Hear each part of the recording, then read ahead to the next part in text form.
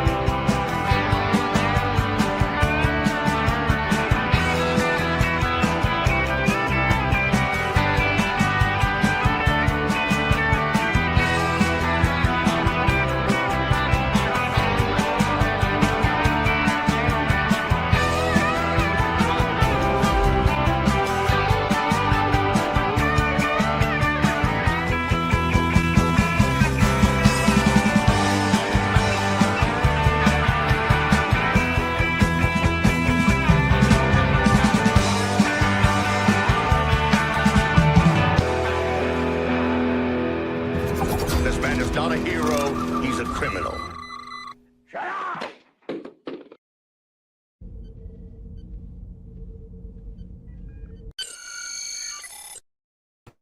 Hey everybody, what's going on? It's your buddy Kooky Admiral Teague, and I'm here with my pals Resolute Germ and Radioactive to bring it home around that final bend. We're heading up the river, guys. Down around the bend. We're gonna make it to Yellowstone. We're almost there. It's episode 10. One way or another, this show ends today. And I guess we found out, it took 8 episodes to catch up with the first episode's events. That's the longest flash forward I've seen in a Taylor Sheridan show. I guess, what have we covered here since we got off the train, guys? 6 months? 4 months? 2 months? 18 weeks? I don't know what the hell the time frame is. I'm hazy on a few things here.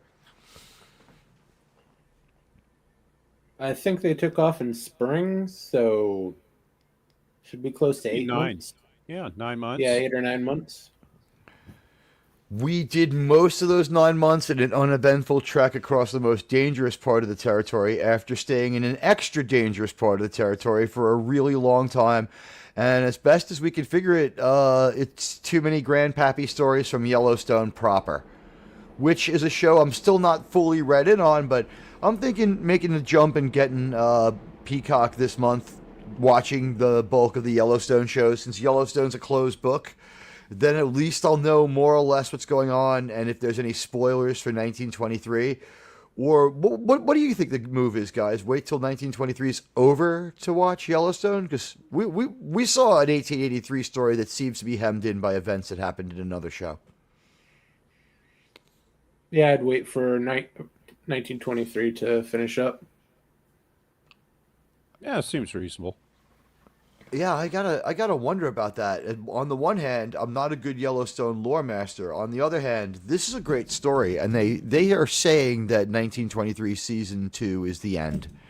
So they're openly saying that that's the end of that show. So it seems to me it would make sense to watch it. You know what I mean? And preserve it. And welcome on the green machine, as we call it. We're not supposed to say the name. Don't say the name. Don't say the name. Like, once I get information about stuff like that from someone as reliable as Culture Casino, I make sure that I listen to them.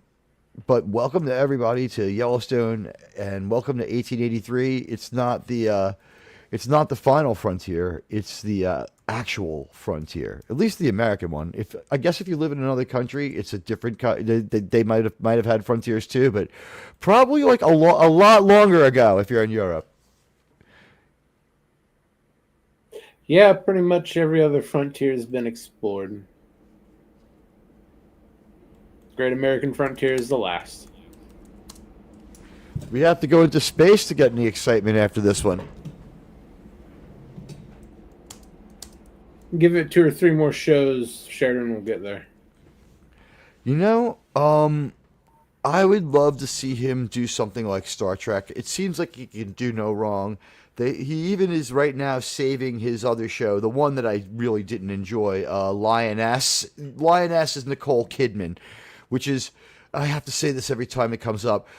F you, all the people who said that I was lying because Nicole Kidman is too big for Paramount Plus when she was already on Paramount Plus and you didn't notice, you goddamn idiots. Sorry, guys. And welcome to everybody across the platforms. It's good to see people hanging out for the Yellowstone journey. Here, there'll be a pin post in a moment.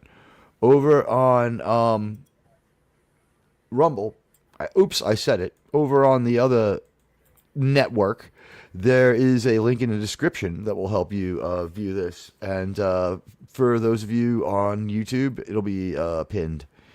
On X, look at the pin post in my bio and follow me. Follow me. If you don't like it, you can just unfollow me. So anyway, guys, I guess I'll throw it to my friends here on the panel who've taken the journey with me. Tell us as we roll into this final episode, what's on your mind? What do you feel like you need to see? Or do you feel like you've said it all? I'm just looking to see who lives and who dies. Yeah, and by the way, apologies to everyone who saw this listed as 1183. Unfortunately, Taylor Sheridan has not done a medieval version of Yellowstone. I would watch that, though, like Yellowstone Keep must be protected. I am Lord Dutton. I would watch that show. I He has think not that's a great failed. idea. You may have stumbled onto something. You know, I was researching this show, and we said this last night, and I guess we'll say it again. I think the performance justifies it. I don't know if he's in love with her, and on top of it, I can see how you would be. And hello across platforms. It looks like there's maybe X coming online. Hello to everybody. And but with all my many windows open, I'm just working to make sure I give everyone the best experience. Because you know what, baby? I'll make you see stars. And I thank you to the 2,138 people now on board with this YouTube channel. Yellowstone has been a favorite. Radioactive, you've been along for every step of this crazy journey on 1883. And you watched 1923, I believe, with us too. What do you think in general of this just Yellowstone world and Taylor Sheridan? Well, just a minor correction. I have not seen any of the other Yellowstone shows except this one. But that said, I've been pretty impressed with what he's done. He's able to deliver a lot with his resources. You could see in some of these shots that he has that he's really good at using like the natural beauty of the area, the sky, the sun. He's very into that. He understands that Montana is different to a lot of people, even if it's familiar to the people who live there. I don't know where Taylor Sheridan's from. I think his first movie turns out was like Sicario, if I'm correct on this one. It seems like it goes back to Sicario with Taylor Sheridan. I'm going to be doing a deeper dive into all his stuff because so far, like I said, it seems like the man can do no wrong. Even not so great and kind of kooky Lioness, I think he could probably fix it. I think he has the ability to fix it. In this show, That may be a tall order. Nicole Kidman's well beyond her years. She's always been a bad actress. You know what? Let's talk about this one. And by the way, anybody here who stumbles on this archivally, we recap usually the story. On this one, we're getting ready to roll into the end, and we usually start about a half hour in, and then we give our review. So if you skip ahead an hour after that, like an hour and a half from now, you'll have like our post-episode review. So just so you know.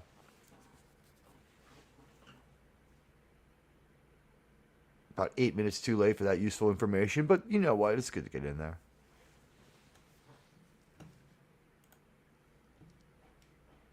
Oh, thanks, Radioactive. Let's see the Taylor Sheridan IMDb.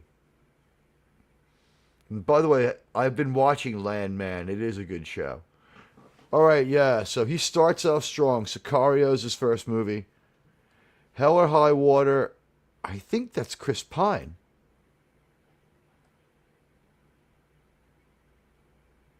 No. Yeah, Chris Pine. I've seen this movie. It's really good.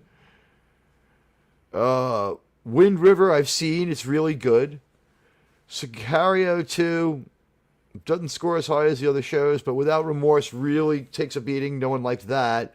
I don't know. I haven't seen it. Those Who Wish Me Dead in 2021. Then 1883, The Last Cowboy, Mayor of Kingstown, Tulsa King, Lioness, Yellowstone, Landman, and 1923. Lance Bass isn't in here, huh? Lawman Bass Reed or whatever it is, Lance Bass. Sorry, guys. Interesting. That might be listed under producer. I'll have to look. You might be right. As I look at his IMDb, I'm looking at two of these titles in upcoming are the same thing. 2024 and The Madison are the same thing. We can see now why 2024 wasn't a great name for The Madison. And hello to the Trusty Ape. It's nice to see you. And a member of my channel. Welcome. Congratulations. You seem to have found yourself a membership. Enjoy that one. There's member videos. And use some of those emojis. Spam those emojis. Spam them. I love when people spam the emojis. There you go. You found Sydney Sweeney. But I'll be a terrible moderator for my panel here, guys. You want to talk off the cuff a little bit about your 1883 experiences? As far as the one thing I do want to get your thoughts on is we are coming into the final chapter. We have seen the arc of Elsa Dutton more than anyone else is the one character who's really arcing. Other people are older. They have all their traits. She's gone from a piano playing prep school girl from, we found out, Kentucky, to, we thought it was Virginia, but it turns out to be Kentucky, to basically a fairly competent cowgirl who can shoot and who can, like, not exactly do all the strong stuff. They're not showing her beating down guys. They're not showing her rustling cattle, but she can handle, like, a lot of things that it takes to keep the herd going, and she understands how to take care of the cows. Best way to put it. Yeah, and we see it's really focusing around her, and I think that was a good call for the series.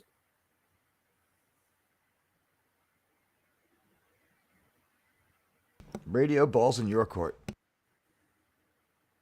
What did radio be? Oh, go ahead. Sorry about that. Yeah, go ahead. Yeah, don't worry about it. I'm sorry. Did I miss a private chat? Is that what it is? Yeah, I was having nothing fits. No big deal. Up. Sorry about that one. So no, I would say this show's been really good over the course of 10 episodes. I almost wish that it was longer in a way. It would at least give more breathing room, I think, for some of the issues we talked about in the past. But it is what it is. Yeah. I have a funny feeling that season 2 of Yellowstone is going to, 1923, Yellowstone is going to be more or less free from anything written in, because I think the only known flashback I know of is to 1893. That one kind of doesn't really split the difference. It's much closer to 1883, but in 1893, these two have another baby.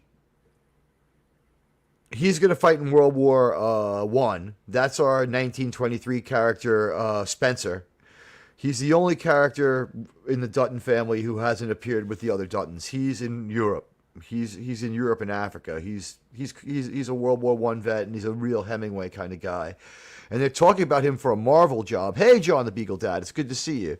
It's good to see Lombardi 1969. It's good to see everybody. It's good to see all of my friends. And welcome. You know what? This is like a little bit of a gift. And you know what? Also, that being in there, let me pull up an interesting link. Have you guys heard of a show called Saving Star Trek? May have heard of it. Yeah. Crazy guy. That sounds vaguely familiar to me. Admiral Teague character. He's a strange individual. Well, is that in relation to Teague Trek? I think it is, isn't it? It may in fact be. You know what's embarrassing about this one is I can't even find my own other channel. I've created another channel. It's it's saving Star Trek. Let me see if I can just pull it up. That's what she said. I would love it if you guys subscribe to this one, because I think what I'm going to do is I have more freedom to do watch parties there than anywhere else, and yeah, I'll throw it in the chat in a minute. Let's stick with 1883 for a minute. So as we have traveled along with this wagon train, the one biggest problem has been, as we said, there's grandpappy tales, and we won't get into the particulars of the actual grandpappy tales, but what's funny is, despite the problems, one, we found out in an amusing way they were going in the wrong direction, but the quality of the show is still extremely high, guys. Oh yeah, definitely high quality. I think it has the potential to jumpstart essentially the cowboy genre again. It's shown that the cowboy genre is strong and can perform. It really has. It's shown that for sure. There's no way that you can dismiss the cowboy genre right now. The cowboy genre was always traditionally like really just good in entertainment, as far as, you got your money back. After the practical motion picture was invented, and we start making movies without sound, but it's practical enough, we already have the sets. It's called The Great Outdoors. The cowboy movie is just made because that's what America looks like. They go somewhere and they turn on the camera and they ride horses around because that's what they had. And maybe the horse chases a car. And it's that simple. And so the Western is born. It's like a natural thing. Westerns are going strong through every single decade of American entertainment. And what happens? There's an extinction level event. Does anyone know what it is? Gunsmoke? Well, Gunsmoke isn't so great by the end. The 90s is when it starts coming back big time. The 90s has Tombstone, which is the resurrection event. That's true. Yeah, I would almost agree with that, because yes. we just watched Tombstone the other day with Allah Bill. And if you rewind before that, the John the great Baptist. Movie. There's Clint movies, and Clint can still do it because he's freaking Clint, right? But he's mostly a cop for a long time. He stays away from those cowboy movies from Josie Wales until Pale Rider, if I'm not correct. And the thing that's weird about it is the extinction level event for Westerns. And first of all, the John the Baptist, the OG, the granddaddy of the resurrection is Silverado, where they showed a Western could make money again, but no one wanted to jump on making it. But they make a viable Western. And they modernize it just enough. And that, Silverado is one of the most important Western, movies. Because it's what other Western do we have in the 80s? Young Guns in, 89? You know what I mean? Was Young Guns 89? Or was it maybe 86? 7? Yeah, it's later, much later. I thought 89 was Young Guns, too. Maybe 87 is Young Guns. Then it'd be 87. My guess would be, it could be the end of 86. Thank you, Radio. It's great to have co-hosts, and it's great to have you guys all here for what's going to be, I think, a pretty interesting Yellowstone conclusion. 1988. 1988 is the first one? Okay. Yeah, and then 90 was Young Guns 2. One. So we were only off by a year. You know what? These movies are significantly removed from Silverado, though, which is around 82 or 83. If it's 84, I'd be surprised. But 85. It is? Yeah. You know what? 85 was such a strong movie year. All right. It makes sense that it just somehow ends up being an 85 movie. What I love about Silverado is the bad guys from Long Island. Freaking Long Island Cowboy. Go for it, Brian Dennehy, with a killer performance. I don't know why people love them as a cowboy. Pale Rider was also 85. See, 85, where the Western is starting to show that it might be able to come back, but then no one throws any more money at it again until after Jurassic Park. You know what I mean? Jurassic Park and Tombstone in theaters at about the same time. Yeah, Jurassic Park kind of started that whole CG, let's throw all the money into overwhelming effects thing. Mildly believable kaiju films is the only way to put it. Mildly believable. Yeah. But hey, we got a lot of people watching across the different mediums. YouTube's even doing really good. We're glad to have you along. It's great to have you guys here. If you're around tomorrow at 7:30 p.m., my guest is Fletcher Williams, Sucks at Games. His channel is called. And he's a friend of mine for a while now. He is the producer for Paulie the Latino Slant. So we'll be talking about Amelia Perez and everything else that we can think of, including stuff that he'll be sick to death of. And then we'll let him have a break and talk about Star Trek and new Star Trek for like... He's going to be so tired of Amelia Perez by tomorrow that I bet you he'll be like, please let me talk about new Star Trek. Please. But we're going to have some fun with that one. Have you guys heard about that movie? The Academy Award nominee? Oh, do you mean that the one that didn't shut up when needed to? No, Amelia Perez is I've heard of the it. most outright weird fucking movie I've heard of in a long time. Here's the deal, everybody. Welcome to our Yellowstone show. We're doing a little bit of a preview with our other show before we start. We always start at about a half hour, so a few more minutes. This Amelia Perez movie, and I might have the name wrong. I just made a tag for it. I just put the show up with Fletcher for tomorrow at 7:30. But yeah, as I wake up and I find out today that this movie exists. And what it is it's got Zoe Nuhura Saldana. I found out about it from Jesse Gender. You'll be seeing him on this channel as far as we're going to be looking at some of those videos he makes. What the hell is going on with that channel? But I was surprised. Even Jesse Gender hated Amelia Perez. The story of Amelia Perez is a drug cartel, mega sicario, godfather of South America type figure who's smuggling drugs and deleting people, decides the best thing that they can do is get a sex change and go on the DL, so on the down low and hide from the authorities, and of course where do they go but a nightclub, like every modern show. And of course, to make it even better, we have singing and dancing Zoe Saldana, who sings about her oppression. And the movie is apparently way too long and boring and stupid. But then the mobster wants to be with his children, so it's like Mrs. Doubtfire, but with surgery. I don't know how to explain this fucking thing. You would think a movie this weird would at least be fun to watch. No, it's real long and dumb. And just like dumb, it shoots out of everywhere. But it's nominated for an Academy Award because it checks every single fucking diversity box, and I'm predicting it wins.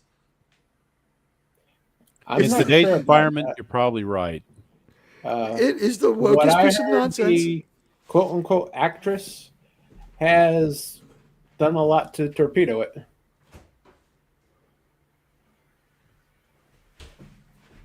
Okay, the actress is a now what we would call, I guess the best way to put it, and I'm trying to do my best here, no intent. We respect all people's choices who are adults.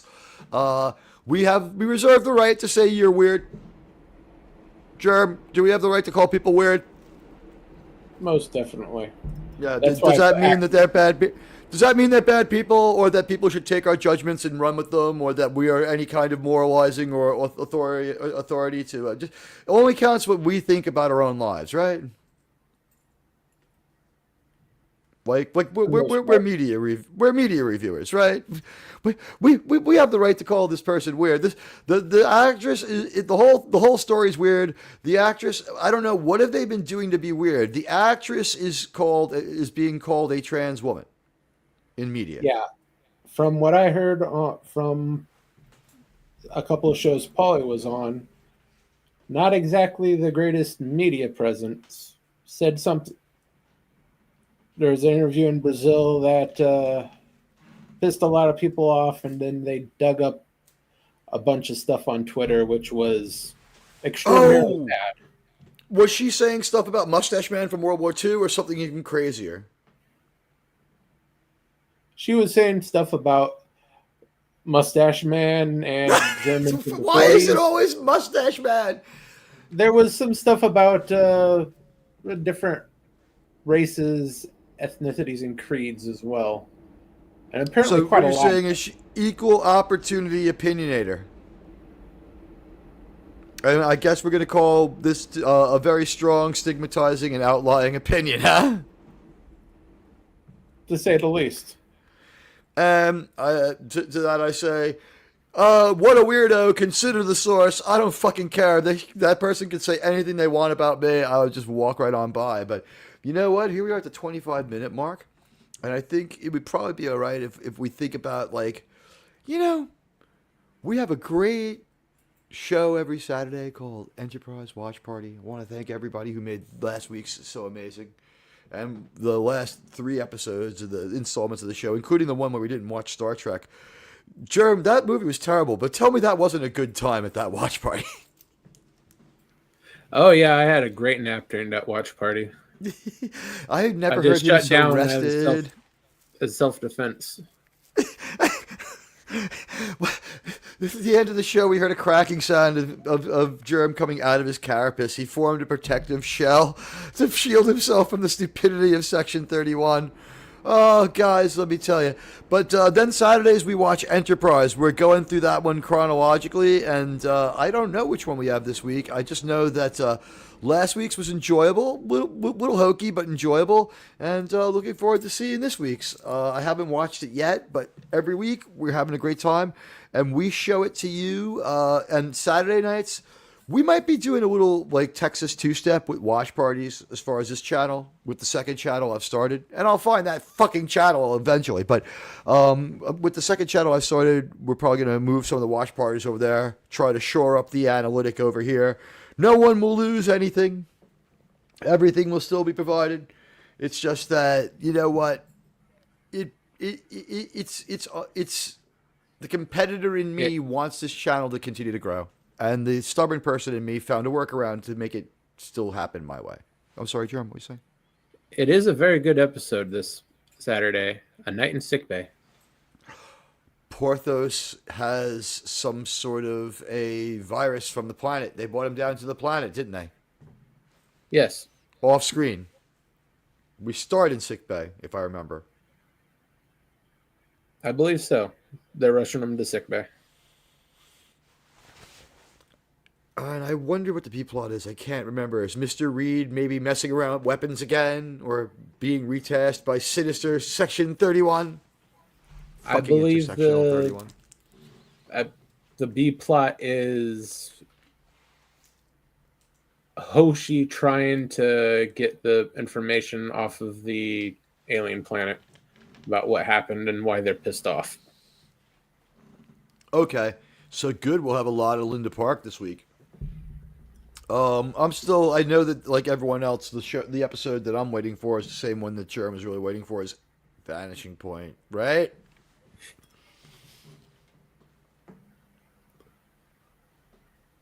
Here's the deal. With our Star Trek show, go ahead. About a month away. Yeah, I can't wait to see that one. She spends the whole episode in workout clothes, guys. But here's the thing. Our Star Trek show is by far the biggest Star Trek watch party. Our Star Trek show is not about racking up a lot of numbers on a Star Trek show, although we wouldn't mind more. The more people come, the merrier. Our Star Trek show is about this. Showing you the Star Trek episode, and then we review it and talk about it together, just like in college, just like on the couch with your parents, just like it used to be until they fucked up Star Trek and made it into a nonsense program. So if you want to have a good time and you're not doing anything on Saturday at 9:30 U.S. Eastern Time, come on by. We go till about midnight every night, and then we usually go over to Sean's and play retro reels and games.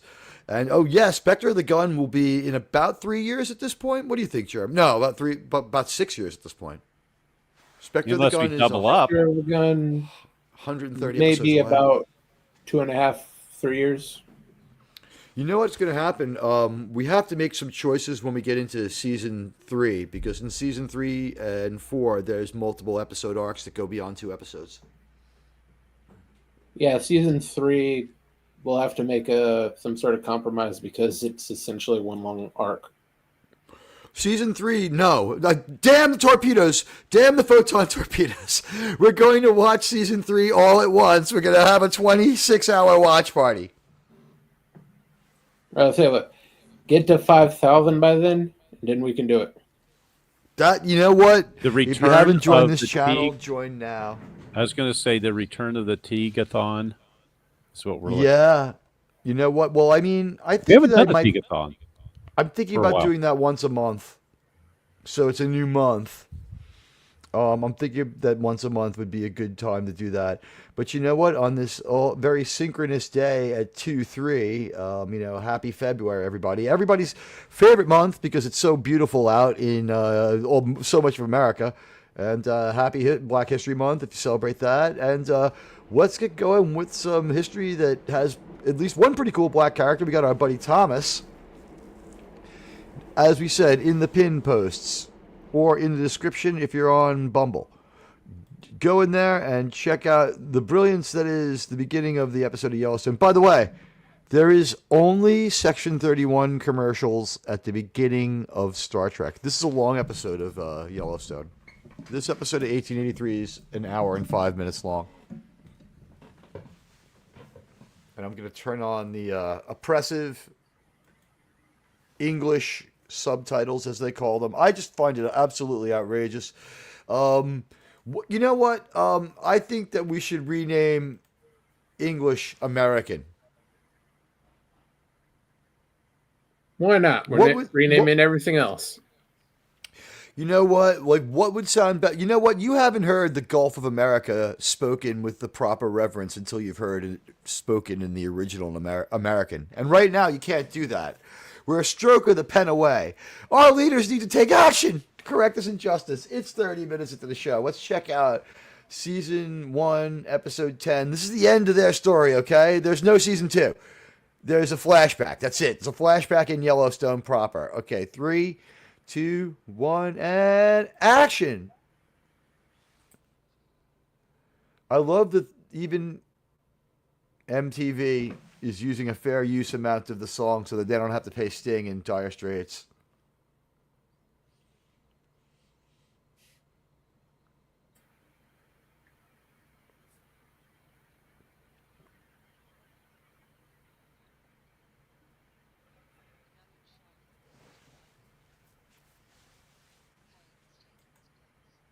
All right, looks good on the Cosme. Great.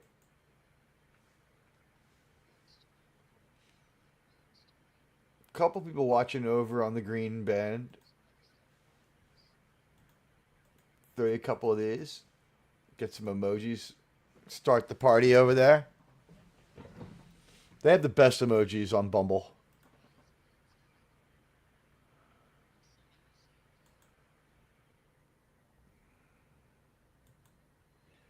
Yeah, I'll give Green Band a lot of credit.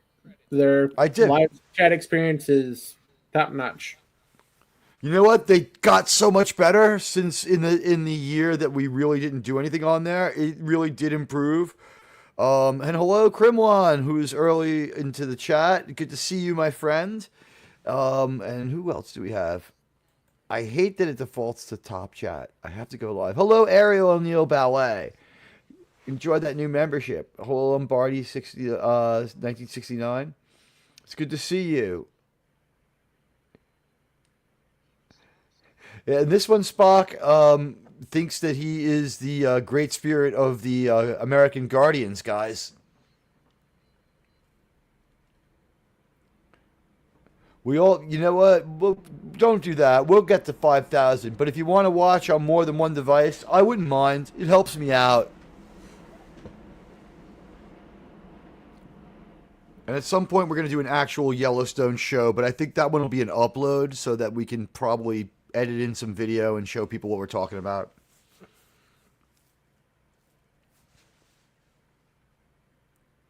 Yeah, Trusty Ape using those emojis. Too, we can go it pretty quickly.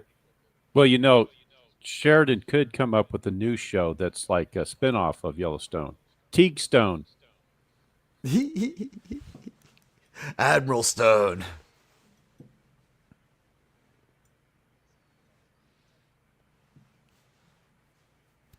How about this? Rolling Stone with a young Keith Richards, and like the subtitle could be 1783.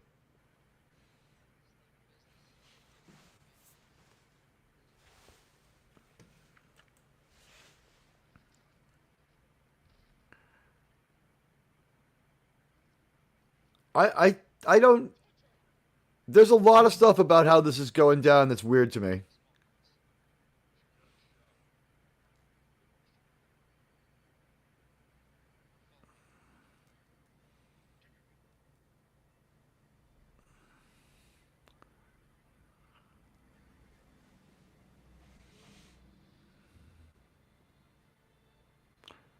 Theme song's grown on me on this show.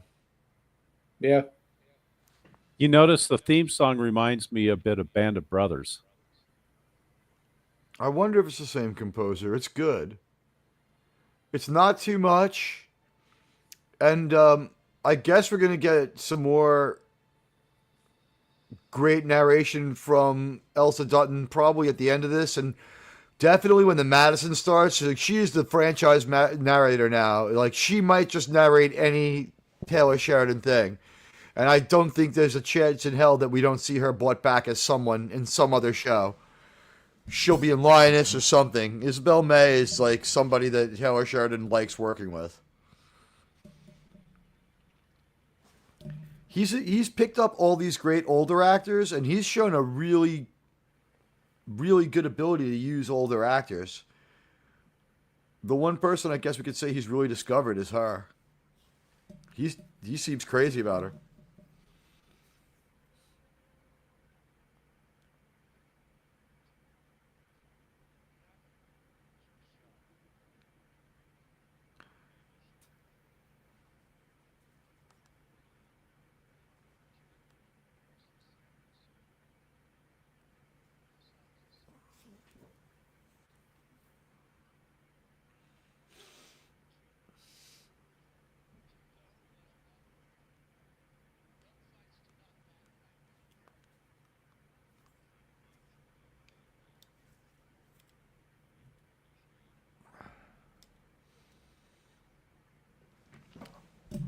In a country that's just been through such a long war, why would you ever assume a man Shay's age hadn't been in that war? You know what I mean?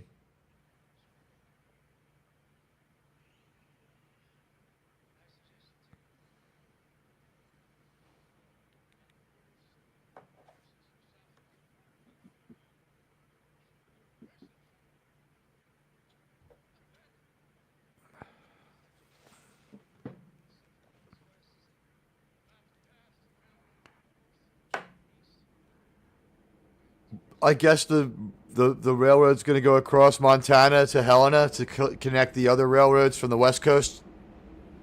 Something like that, I would imagine. They kept it vague. When we looked at the railroad map, there were two ways to get to Montana, but one you had to go to San Fran and come back, and one you could just go from Dakota.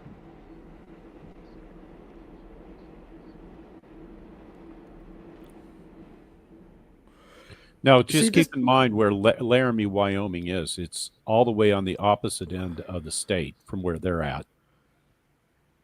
It's down in the southwest corner of Wyoming. Well, I think they bolted to it, right? No, they were going to double back, I think, to Casper at best. Or they're calling it Fort Casper, but Fort Casper being the center of the state. You would figure that doctor would be like, well, I can't do much, but I can give her a huge dose of penicillin because we're like, it's 1883. Or did we talk about this one? It's 1905 on that one? Yeah, they've got another 20 years to go before penicillin is available and or the sulfa drugs, which are like 1930s. So that's right. We talked about that yesterday. The best they would probably do was, as we saw yesterday, they cauterize the wound and then they'd have to pour grain alcohol into it and hope that can kill off the anything that would grow. Just pour that right on your liver. I know a few people who'd like to be able to do that. I think people do that anyway. They just take an indirect method.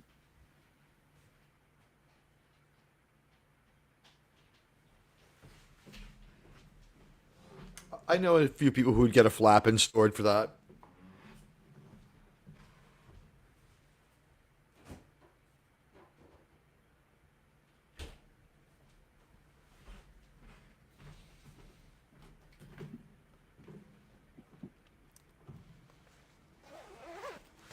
They're finally making some concessions to how failed their journey has been. They're like, well, maybe since we're not going to get there, we have to figure out where we're going to go for the winter.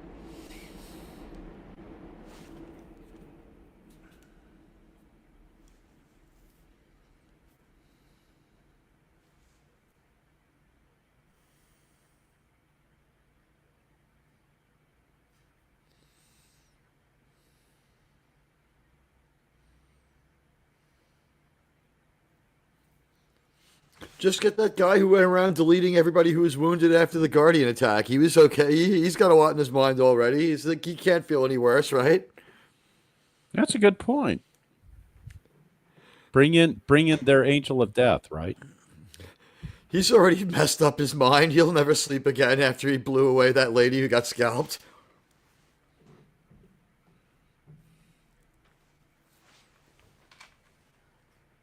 Anybody else come in?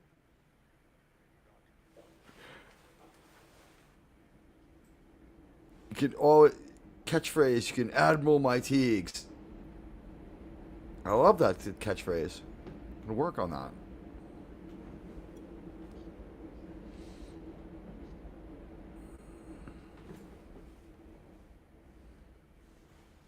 Krimlon's got a good idea. You'll host the party if I get to 5K. Krimlon, you're on.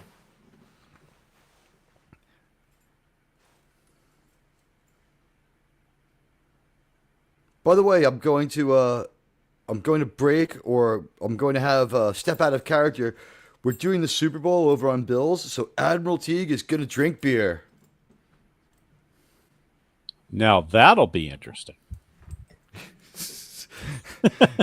All of a sudden, it's like, and that was when I joined the Communist Party. I may just have to watch that just to see what happens. I don't think it'll be very eventful because they're like, well, who do you think is going to win? And I'm like, I don't care who wins.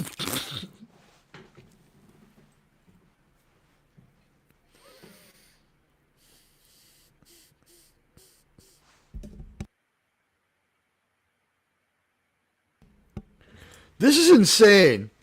We're going to go there next year. It's like, wait, what? Like, it's been brutal.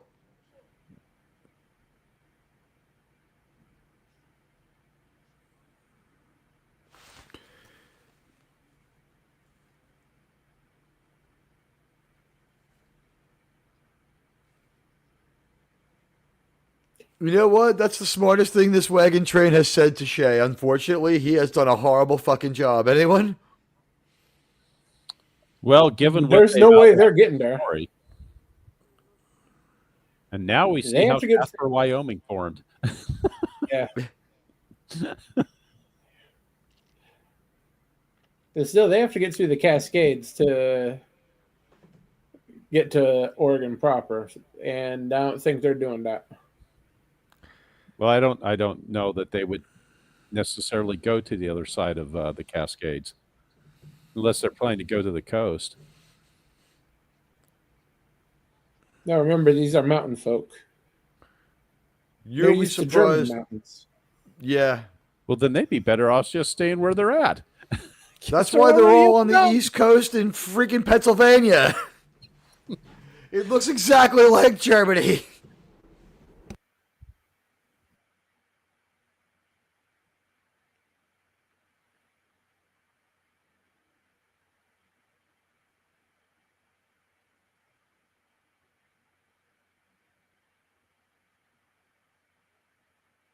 What? Don't get me wrong. I think Germans were the number 2 group coming into America throughout like the bulk of the 19th century. They never hit number 1, but they're number 2 for like the whole 100 years, and number 1 just keeps changing. Yeah, they not exactly a good reason for them to be at that number 2. It wasn't a very nice place during the 19th century. There was no real Germany until the last few years of it. Joseph fought in the war that unites it. It was like, I think they start the 19th century at about 300 principalities and end it at, 1? So yeah, it's kind of a nightmare to live there. Yep.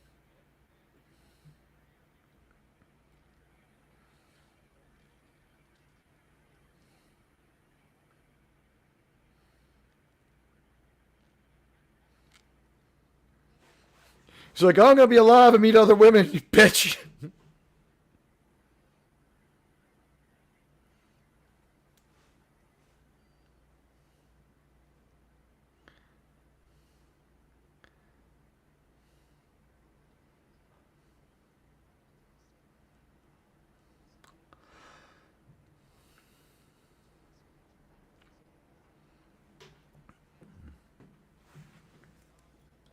I think they're probably causing problems in downtown Seattle.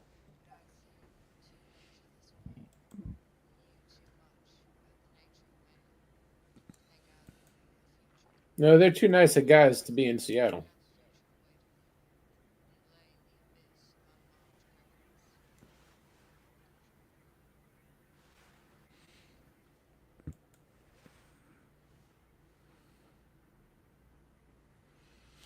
I just keep feeling like she was totally well cast. Or if Taylor Sheridan's to be believed, when he met her at an audition for another part, he wrote this show around her. Yeah, it does seem like it was custom made for her. Everything she does well is shown off in this show, including like the narration. Her speaking voice is great.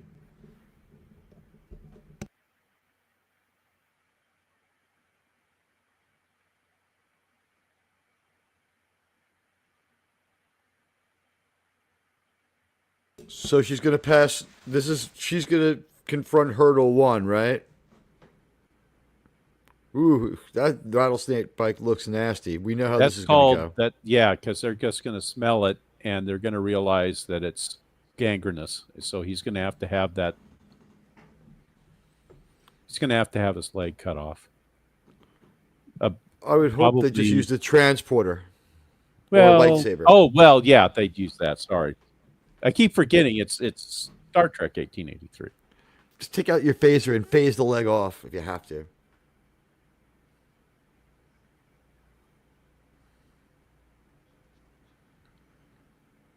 See, that's going to be pretty nasty because they've got no painkillers.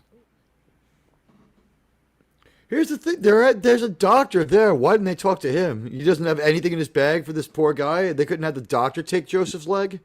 Yeah, he should have been. I mean, the doctor should have had at least some tools to do it, and they would have had to hold him down. And that guy's cut off like 7,000 legs. He was in probably war during the army during the Civil War. Yep. He wasn't exactly equipped for anything. That's the one thing he probably would have been like, oh, I do that in my sleep. I love it. Been a couple of weeks since I got to do that. Let me do it.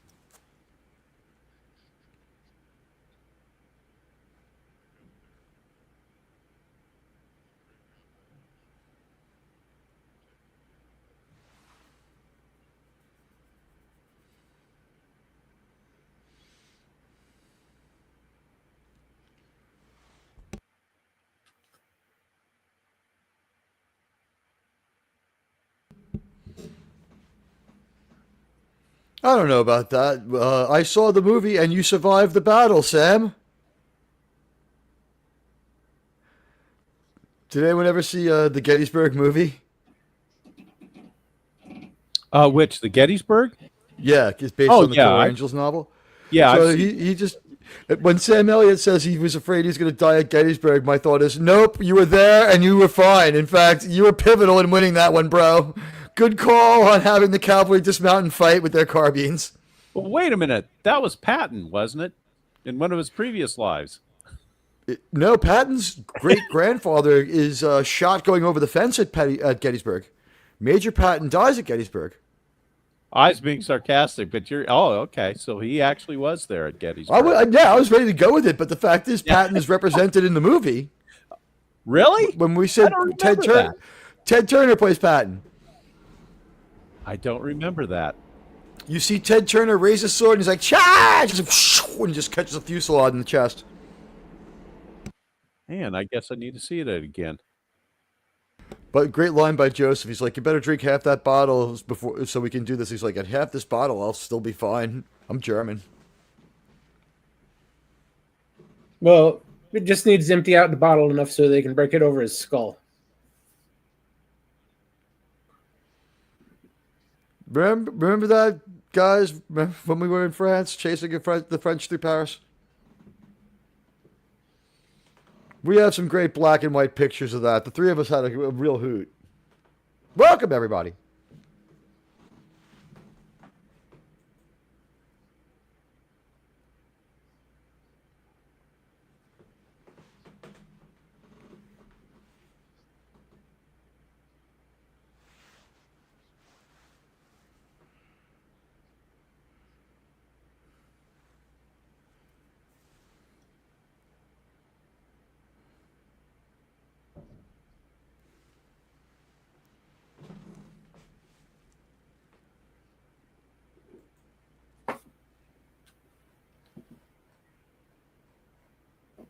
I guess he's ready for surgery.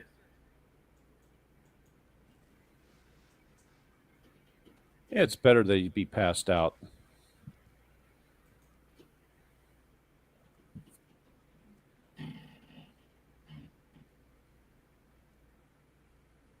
You'll still think he has a leg for a while after they take it off.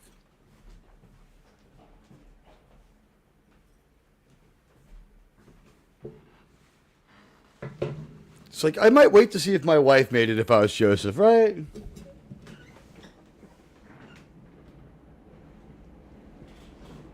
I don't think he has the time to wait.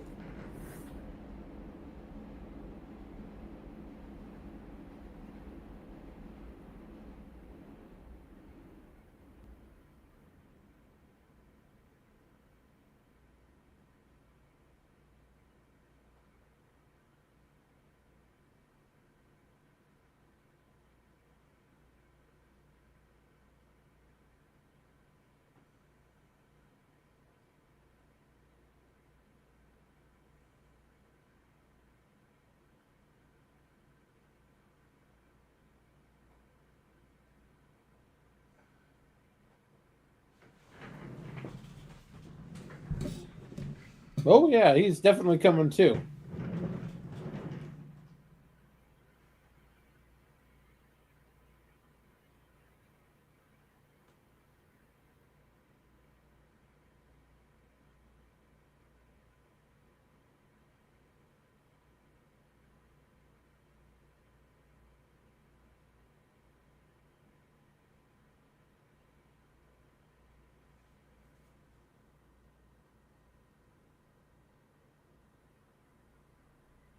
They need to put a bit in his mouth. Yeah, it doesn't bite his tongue off. He's definitely not going to be a happy boy. No, they need to put something in his mouth so he can bite down. That's the way you'd actually have to do it. I mean, the rest of it's pretty much accurate, though, as far as you can tell. I feel pretty dumb because the deal is this. My other channel's called Saving Star Trek, but its address is Admiral Teague.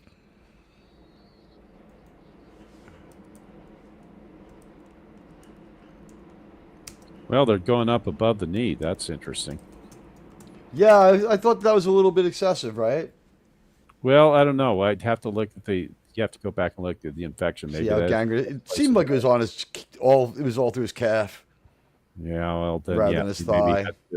Maybe that's why they had to do it there. It might have all the way up the calf. Yeah, I guess. You'd think they want to save at least a little of it to put the prosthesis on, but I guess maybe no one knows that little trick yet. You're assuming he's getting a prosthesis. Yeah. Right. Most of these people back then, the best they would have is some wooden leg that they would put up, basically a stick.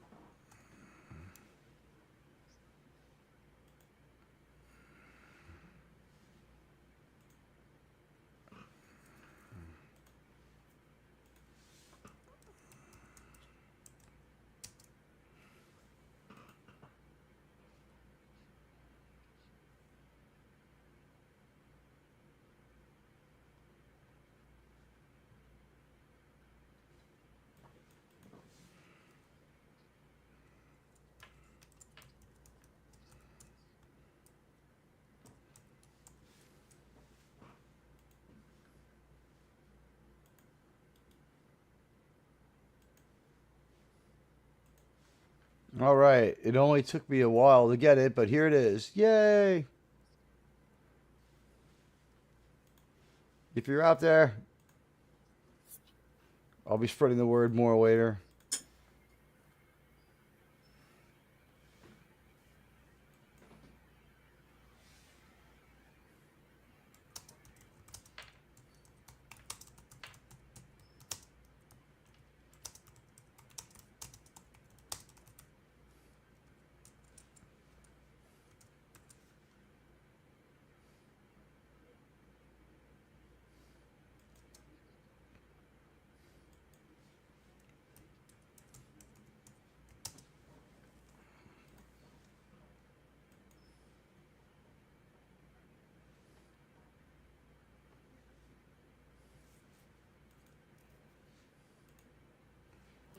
Hey, anybody watching over on the other guy's place on the Green Band? Likes are appreciated. I would love some likes as we try to refire engagement over there in that corner of the internet. And hey, they're advertising things just right out there that we could never show on YouTube. A Type 0 phaser that fires a chemical projectile, guys. Pull pierce technology? It's a CO2 cartridge. This thing is crazy. Yeah, it is. It's an air pistol of some kind. Yeah, but you know what? Good old-fashioned Type 0 phaser is much better. Now, when you say old-fashioned, you're saying we should stick with cap and ball, or? I'm saying you stick with traditional Type 0 phaser energy supplies. An Arbiquis it is. Yeah. Matchlocks at 30 paces. God, you're safe. You're so safe in that distance.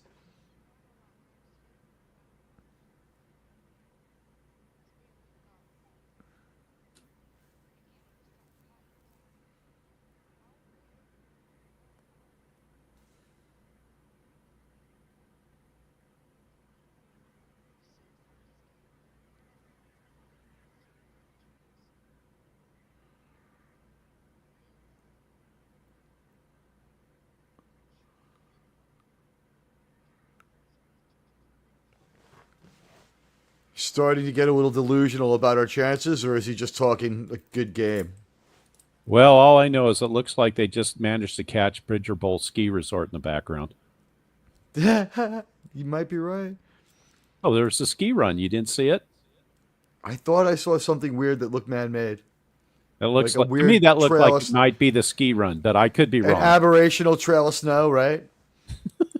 Right? Yep. It was kind of aberrational, but it didn't run straight down. It was kind of sideways. Yeah. I saw it.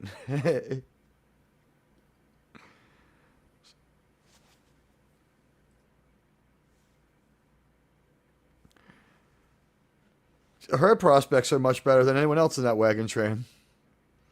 They've just fucked off on everyone else, by the way. We only stayed with those people long enough to see them in pain. Yep. There it is. That's what it was. Yeah. Yep. There's no other explanation for what that is. It doesn't snow in a straight line.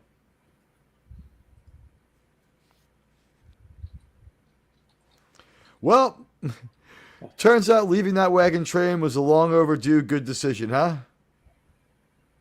Apparently. By the way, where are actual uniformed policemen with badges that need to be out there at this point? Because, like, this is not... You would not be getting away with this shit in 1883. Well, where they are, more than likely you would be. Every part of America this show has shown us has been completely batshit, completely covered with crime, and completely insane. The most normal place in the world was the place where Billy Bob Thornton just walks up to and kills bad people.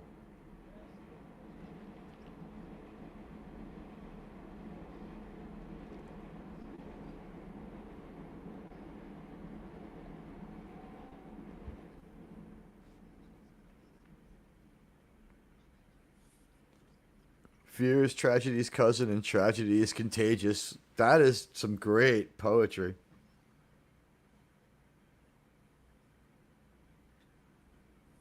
So I don't know what these are. It's some kind of sci-fi animal. Can we tell what season it is from these animals? Should they have horns like later in the year or something?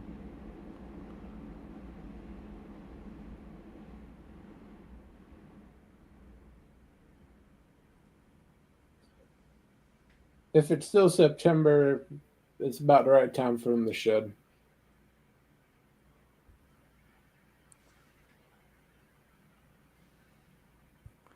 He needs a scope to hit something that big, surrounded by other things that big from that far away. He was definitely going to hit one of them. All right, so reality's setting in now for poor Elsa. But look who it is. This is just what we need, guys. Some guardians.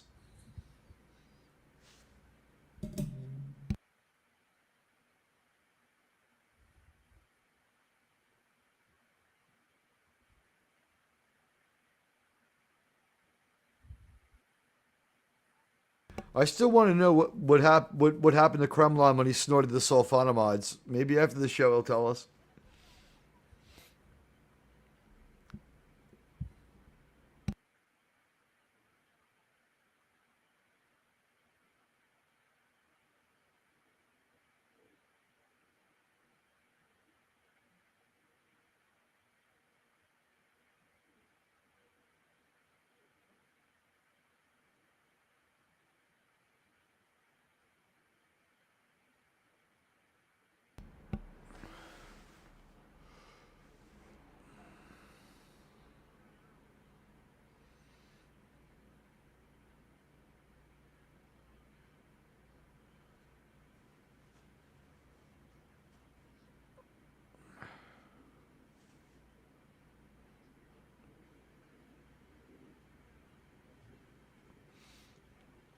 So should we have Crow this close to Yellowstone? Because now we're going to be able to ride to Bozeman.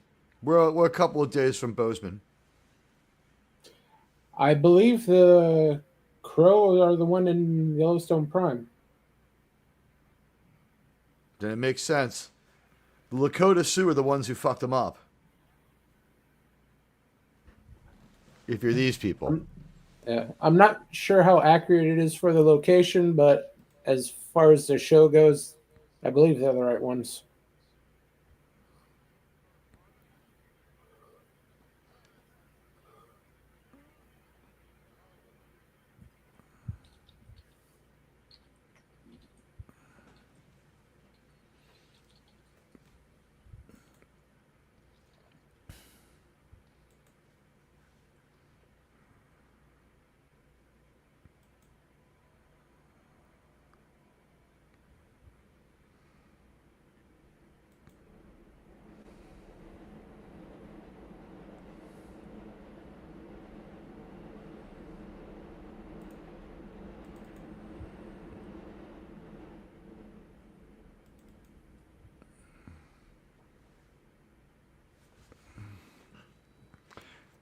I just threw a picture of Isabel May into the theater, guys.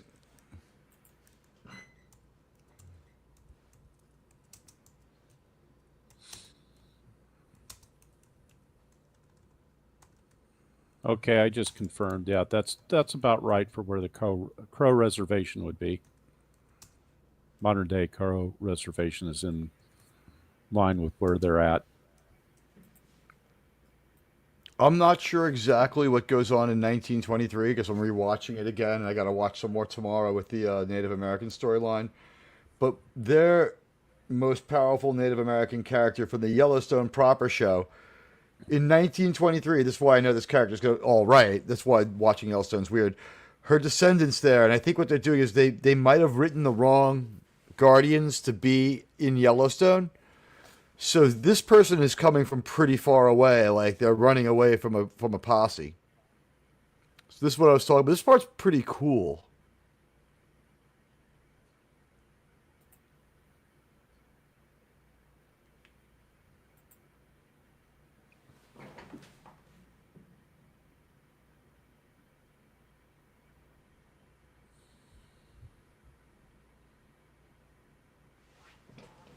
So I guess the deal is she passed the first trial. Her liver more or less healed. It's not going to fail, but she's going to die now from the infection.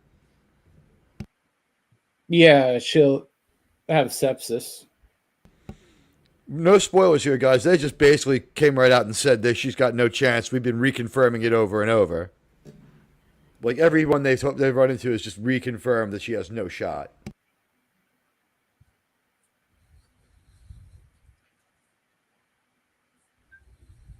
It depends on how bad the sepsis actually is. If it gets into the bloodstream and is spread throughout her body, then she may not have a chance. But we'll see what happens.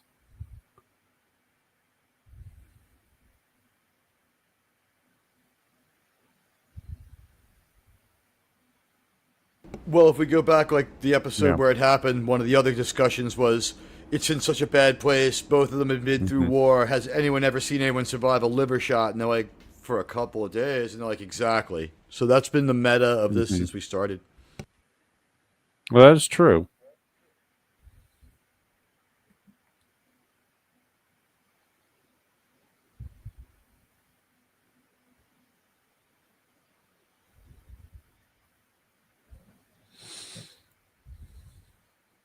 At the same time, though, if you look at the way this is, I mean, obviously the Guardians know how to deal with arrow wounds, and they're used to dealing with either poisoned arrows or arrows basically dipped in manure.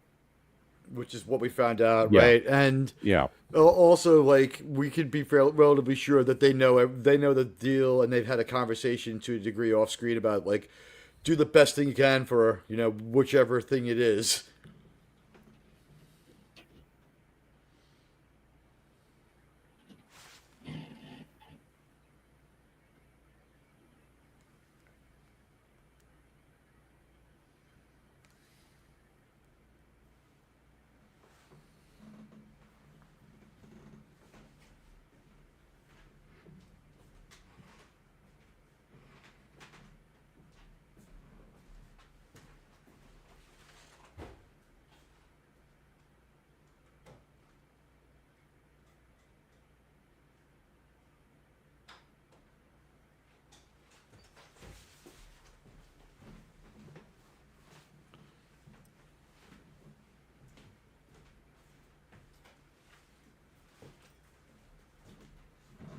So here's how we get lined up with the destiny of all the other shows.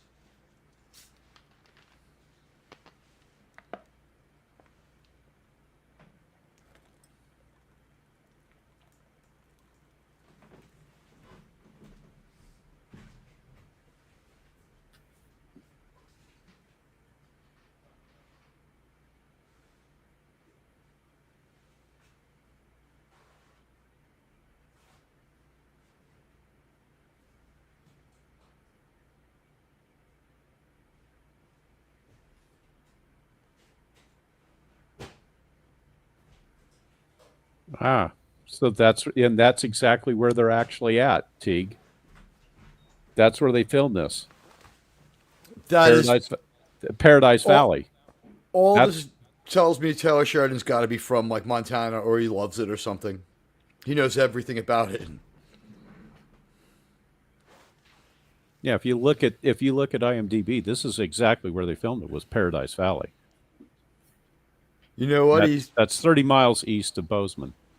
He's intended this to line up with the actual area. This is the first signs of coordination with 1923 in Yellowstone now. Rather than being a victim of, they're coordinating towards, you know what I'm saying? Yeah. Now they're kind of in the drive. This show is finally in the driver's seat and writing its own story for a few minutes.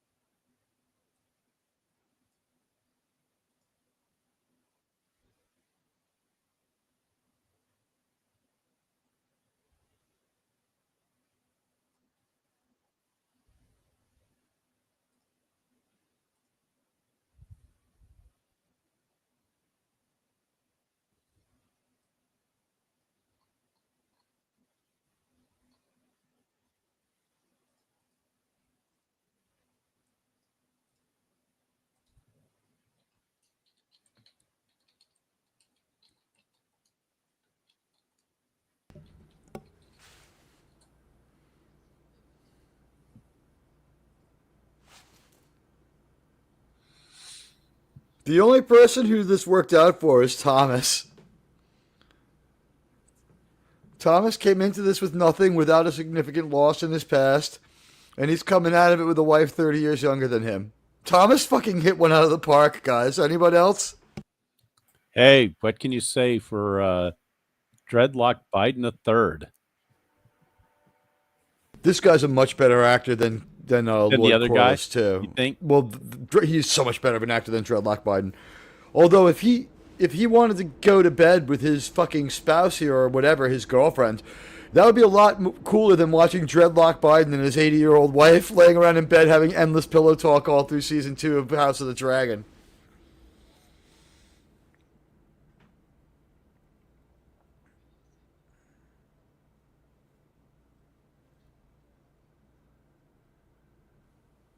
So he's going to settle down. He's going to become the sheriff. That's what happens. He would be a great sheriff. Yeah. Look how he looked out for Tom. He looked out for Shay. He was the most caring member of the leadership of this doomed wagon train. He's the only one who's still with them. Anything anyone ever did to help anyone started with Thomas telling them that they should help, too, now that I think about it. That's been like a trope, right? Like Shay is just too burned out and Thomas is like, you can't just let them die. That's happened at least twice. Yeah, for all the good that did. Oh, yeah, like at least one of those 2 times he's like, I've seen enough death, it won't bother me. He just keeps on going.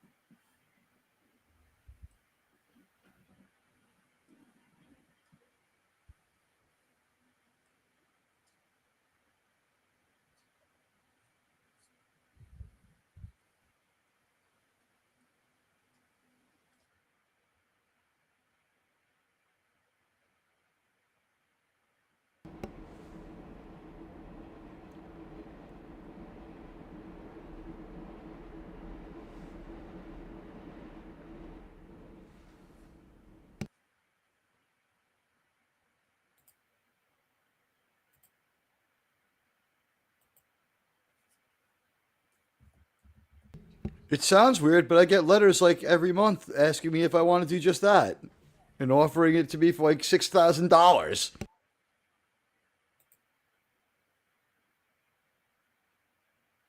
And that's when I realized it's the only New York real estate I'll ever be able to afford.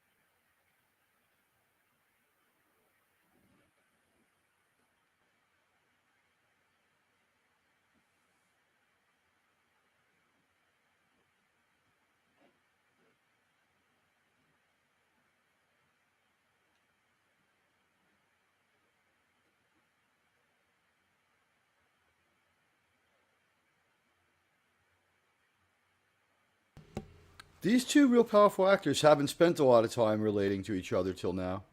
They've just been talking about like whether or not they're willing to take this risk or what route to take or who to go kill.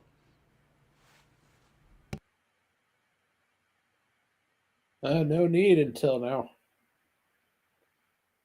Well, this is one of the shortcomings of modern television dramas, Teague, is you only have 10 episodes, so they can't flesh out the characters the way you would want them to be fleshed out. My caveat to that would be this particular writer does this format better than anyone else, but you're right. This guy's better at it than anyone else. Well, he'd probably be doubly better if he had an actual real television series to season. I wonder if they'll ever give him one. It seems like he just runs all of Paramount Plus, and then they edit his shows as much as they can to put it on CBS. This show is like the most family friendly one of all because they don't curse as much.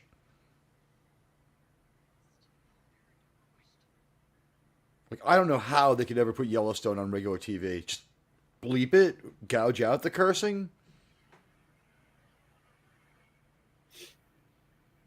I can see them putting it on cable, but not network. They have. They put the regular Yellowstone show on network, and it's as crazy as this.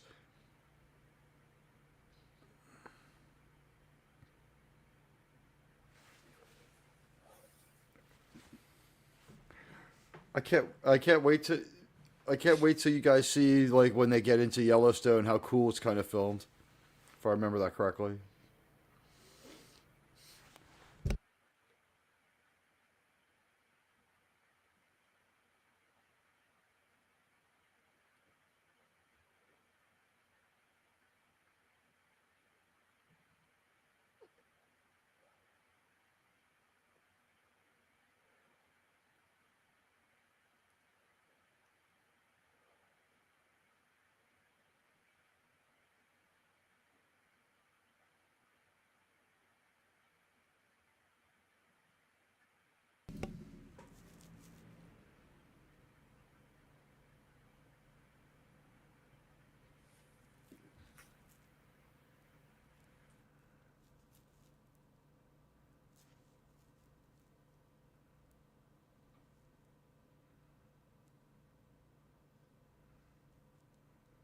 Oh, yeah, Joseph, got some bad news for you, buddy.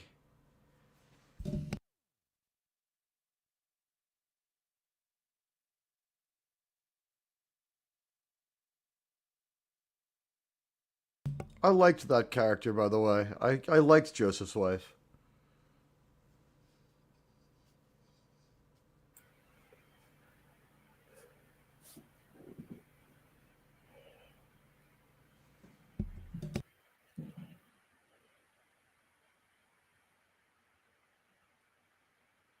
This episode has the lowest body count, but we know every single fatality, right? Well, yeah. Well, they do. Yeah, they dwell on them more. They basically ran out of bodies. These are like most of like our principal cast from episode 3 that sets out from Dallas Fort Worth is just dying now. Now, the irony would be, Teague, is if they actually crossed the railroad at this point. They, like I said, they had that one quick railroad conversation, and last episode I said, like, it would be great if we saw them going across the railroad, but when I think about it, it would blow apart their whole story, because if you think about it for too long... Well, it would, but that would be the irony, right? Is they cross the railroad, and it's like, that's when they have, damn you! Damn you all to hell! Even funnier if, like, all of a sudden a trail of fire, a DeLorean, Marty McFly pops out, he shoots her full of fucking, like, super penicillin from the future, and then just takes off again. Leaves behind Elizabeth Shue. That would explain why she looks the way she does now. Did she age at double the going rate or what? I can see this working, Teague, because they're going to ride off on the horses, right? And then they're going to run into Twin Pines Mall. There you go.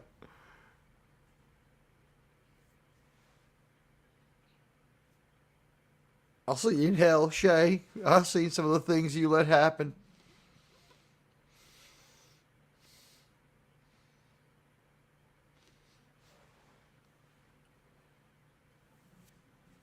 I think the least believable special effect here is Tim McGraw's all dark beard. He's supposed to be at least 45, right? There's no way you could pull off this age. The life expectancy in 1880 America was 39. Does that include stillborns and like? Yeah, I think it does. Yeah.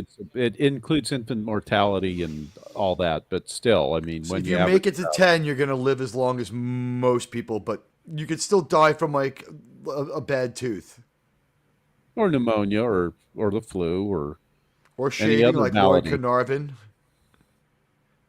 He cut his face shaving, and the water was so filthy he died from an infection. Yeah, yeah, that was a distinct possibility at that time.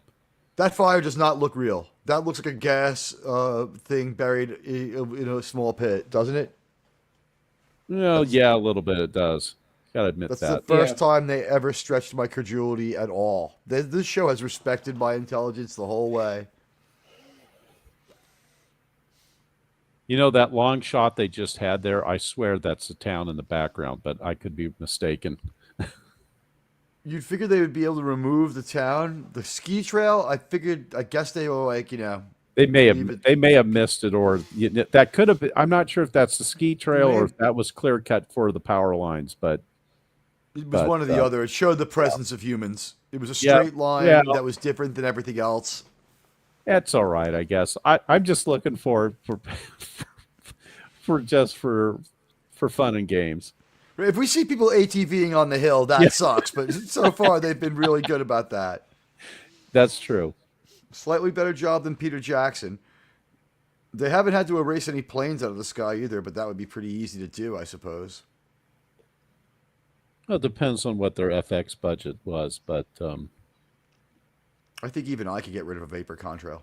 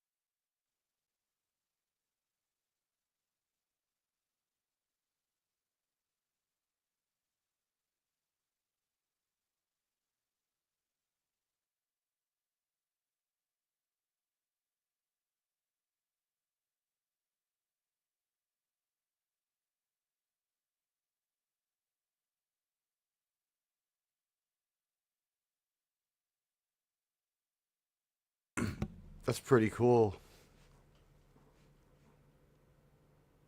So I guess we've reached Yellowstone.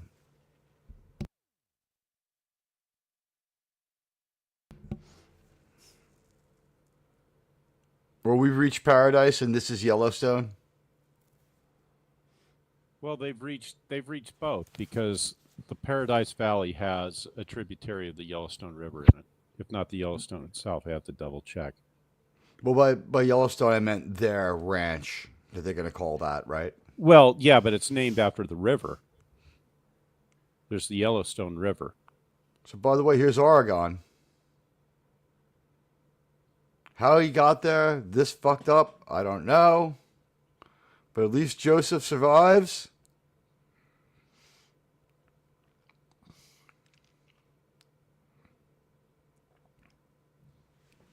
He's going to be all right. He's going to be a crazy mountain man.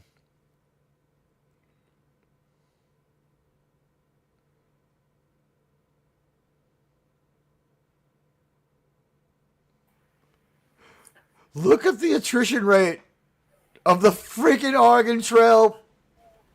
6 people made it. We had how many? Couple hundred?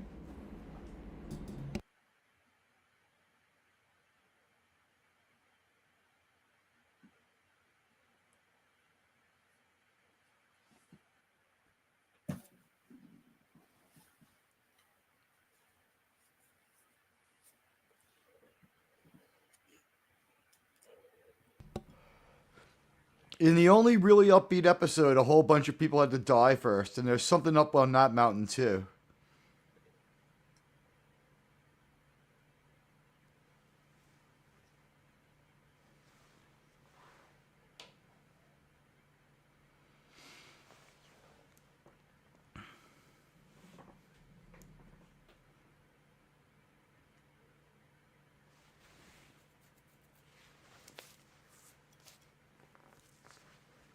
I don't know what to make of Shay just going to the ocean.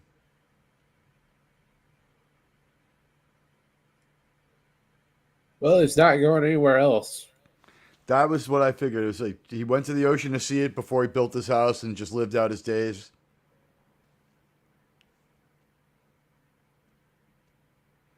He's got that freaking Type 0 phaser in his hand, though. Again. But I think that that's supposed to be Elsa Dutton.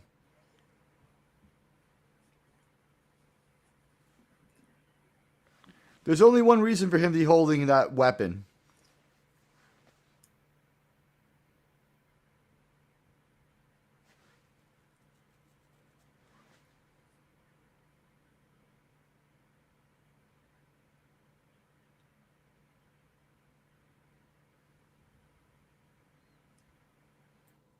How's that for a twist?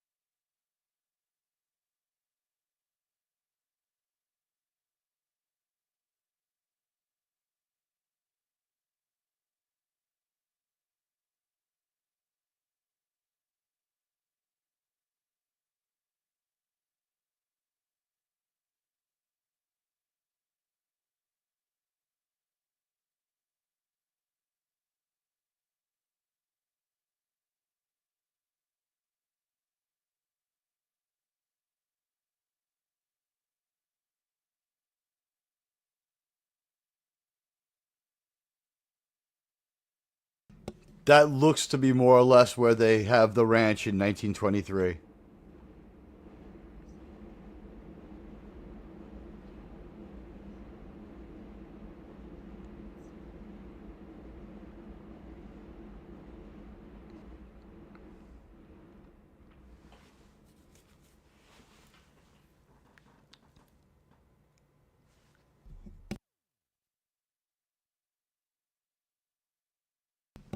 Wow. Well, guys, that was some freaking story.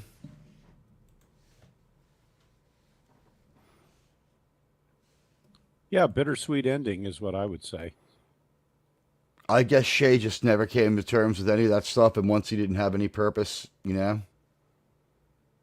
Well, that may be true. I guess he figured his story was over with, and he'd just rather go out on his own terms. You like how I didn't let on there?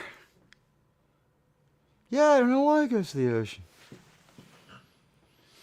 Honestly, when I saw that hummingbird, I thought that that was like the spirit of Elsa Dutton, and that would perhaps encourage him to just go somewhere and be happy. So when he did what he did, that was a bummer. Well, that's Although the way I don't she know. was going out no matter what. He wasn't making it to the end. He made it to the end, but they made sure that he ends himself to just like one final bummer. This show gave no fucks. It killed so many characters. It gave equal. Taylor Sheridan's trick is this: he gives equal work to all characters, but he kills a few. And he's not that. He doesn't really care. And over on the Green Band, hello to all of you. 6 is a nice number, especially on the return. We'll see how many views this ends up getting ultimately. We know it takes a while to expand. And on YouTube, where I'm allowed to say the name because they're kind of the boss of me. And welcome everybody who came back into the show from the theater. I appreciate it. We would love to talk. You hang out here a little while. We'll talk for a few minutes about Yellowstone 1883. And then we'll talk about what I have planned and what we have planned for the future of Yellowstone. What do you guys think? Thoughts on the ending? Germ, you've gone for this entire long ride. What did you think of this final episode? When they came across the Indians, I was half convinced they were going to cheap their way out and they have some sort of MacGuffin cure. I'm glad they didn't go with that. Yeah, I thought so too. Yeah, I honestly thought so too. I thought that, honestly, that was a pretty effective red herring that they didn't save her. Because I was like, here we go, they're going to save her, and then nope. They baited us with that very effectively, in my opinion.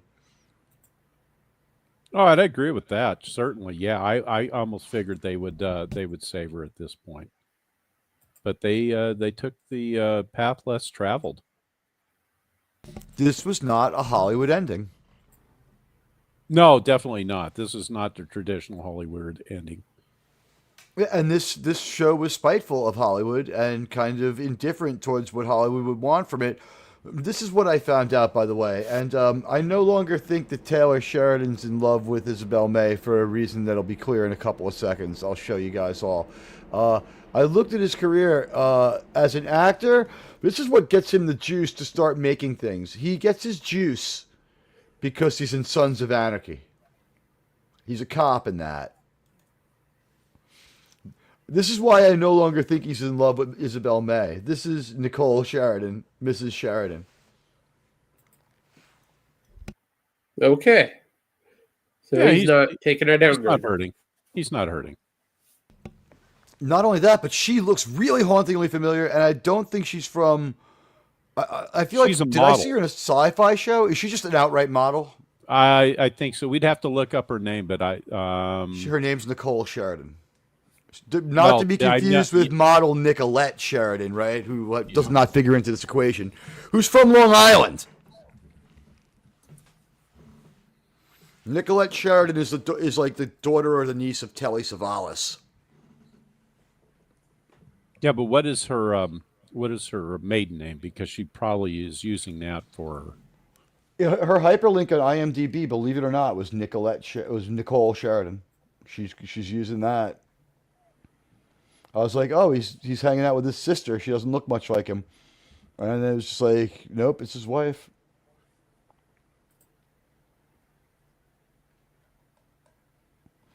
Let's see. I'll pull her up on IMDb. She looks familiar. She looks so familiar. She looks like maybe she's in a CBS show or something. Oh, by the way, Taylor Sheridan hasn't spent any time in Montana other than probably filming or visiting. Freaking great researcher. She was in Wind River. Oh, just thanked by the producers. Looks like she's only a model. Her IMDb doesn't seem to have any credits.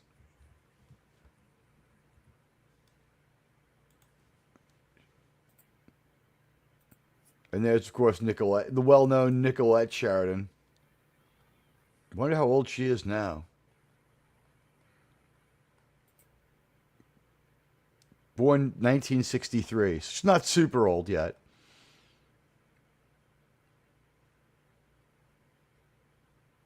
Anyway, so Taylor Sheridan, maybe he spent time in Montana doing Sons of Anarchy. Could they have done stuff there? And it looks like we have, is it X coming online? Let me go over to my other device and check on my friends on X. I'm sorry, guys. Multitasking in the world of multimedia, it can be challenging. Oh, yeah, you got a good number on X. Hello, X. All right, Germ, who is your favorite character? Well, it'd have to be Shay. Yeah? Yeah.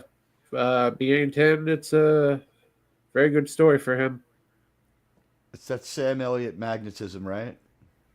Yeah. He definitely helped carry the show. His endings, the ending of that for that character, it really sucks. It's sad to see him go out like that. At the same time, like I said, like he starts off this show in such sorrow. The idea that he would be going any further, it's already kind of hard to believe right out of the gate. It really is, and it's in episode 1, he loses his family, and that's but he slowly got himself to the point where he could go through with it on his terms. Yeah, I guess that's what it was. This was like he was going to be master of his own fate, and he was like, after he was done seeing, but the impression we were left with is that he had taken that path a few times. He had gone on that kind of ride a few times, and he'd been as far as the edge of Oregon and gone back. It's like, well, I got my money. I'll see you later. And once he had gotten that final group of people through, what few of them there were, or even if he hadn't done it, was it just that he wanted to see the ocean? It could be. Yeah, I think so. Just because he had never actually gone that far out. It was as weird as, well, I still got some food left. I don't remember seeing his horse in picture, so he left his horse, and he saw to his horse. He was kindly. He was like, he wasn't a mean man. He was just deeply sad. I didn't think Shay was going to do what he did at the end there. That was a real bummer and a heartbreaker. But I did enjoy his whole performance and his whole story. I would have to say the biggest shock of this series for me was the Tom Hanks walk-on. The Tom Hanks walk-on was the biggest shock of this one. Yeah, that might be true, because he was he even credited? Or was it an uncredited appearance? I don't recall. He's uncredited, but it's acknowledged and verified. Well, it's pretty much verified when he... I mean, if it's not Tom Hanks, it's a damn good look-alike. We stopped right away and checked because we were so stunned. We were so stunned. And then we were wondering if they CGI'd his age or something, like, because the color in there is really weird. I don't know if that had to be filmed on a soundstage, because the lighting in that one scene is a little bit different than the other ones.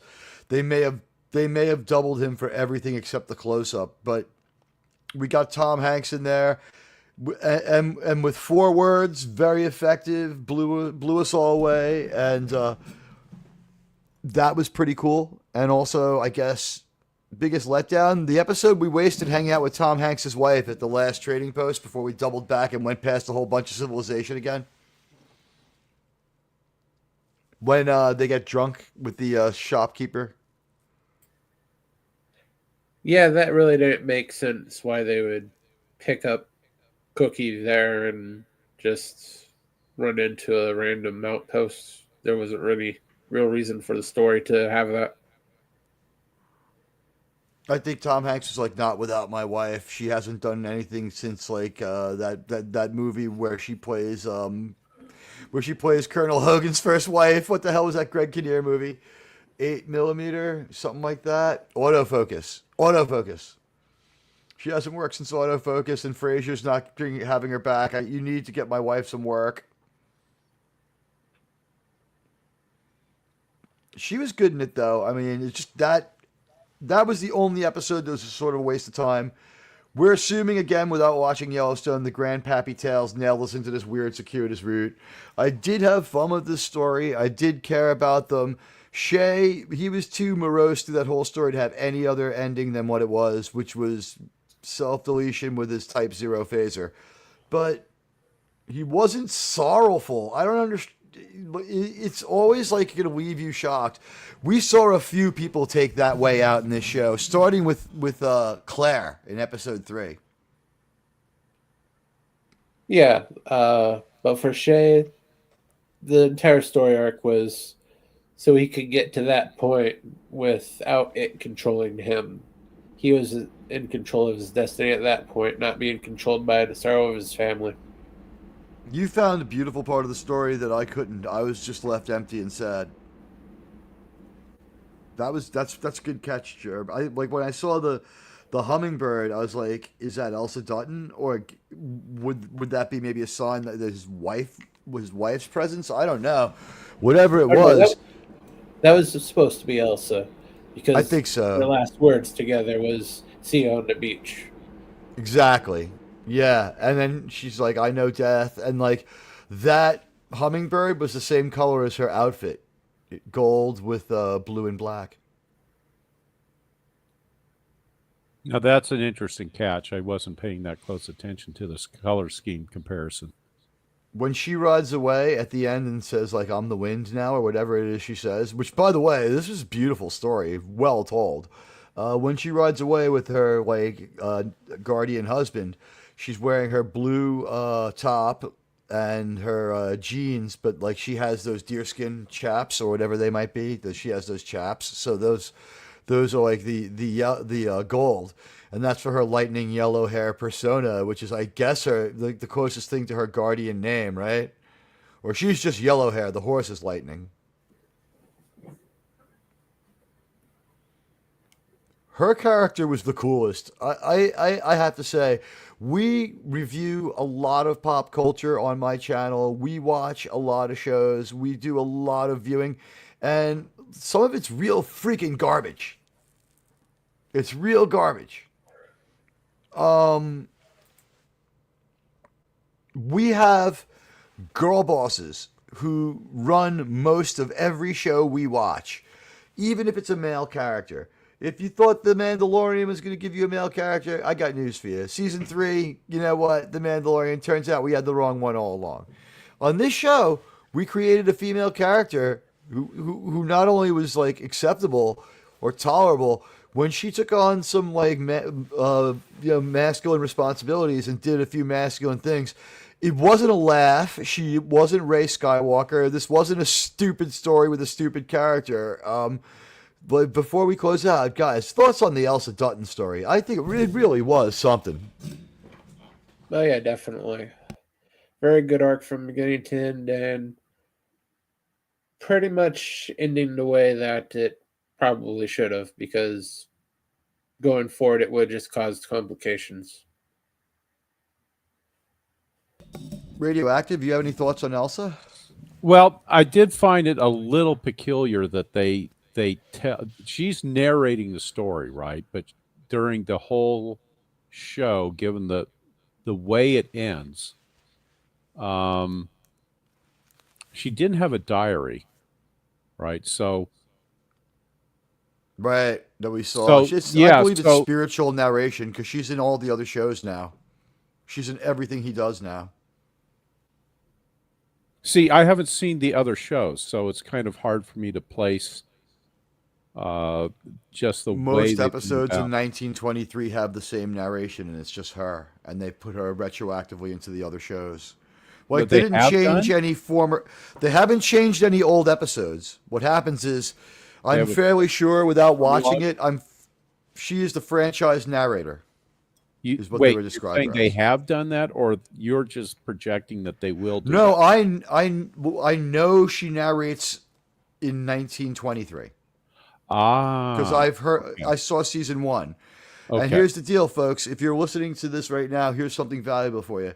In season one of 1923, we have basically the characters left over from 1883 that make it to the end of this. It's only the only character coming forward is the young son. I think the deal is in 1923, in the first episode, she narrates for a little while and she spoils the fates of everyone we don't know about already from Yellowstone. Right? So she just finishes up. She hard ends 1883 with her narration. We don't see her, we hear her voice. And she comes back, I think, at some point during the show and narrates a little more. But I would be sure. I'm almost sure, and I haven't seen it because, like, I'm imagining it was Spoiler City for every show at the end of Yellowstone, and plus the setup for the Madison. So I really just didn't want to risk it because I love 1923. It's a really good story. So I'm supposed my guess would be that in the final episode of Yellowstone, she narrated what happened because she's narrating 1923.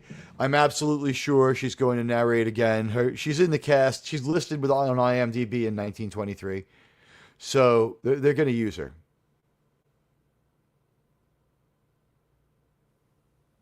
Okay, so that makes sense then, the way they're going about this then. And my guess would be she'll show up and be an adversary and get killed in one episode of Lioness and do other stuff. They'll try to keep her employed. He apparently sees something in this young actress that he really likes. Well, I think it's pretty obvious she can act. She's really listen, compare this to some. I said it before. I don't think we can really overstate it. The amount of girl boss and woke crazy shit we see, where it's just nuts. Like we're coming off. We have lived through the light.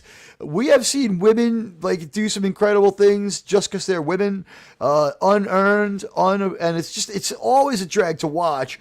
And it's gotten to the point now in 2024 and 2025 where it's just like, oh yeah, this show features a strong female character, and it's just like, you shudder.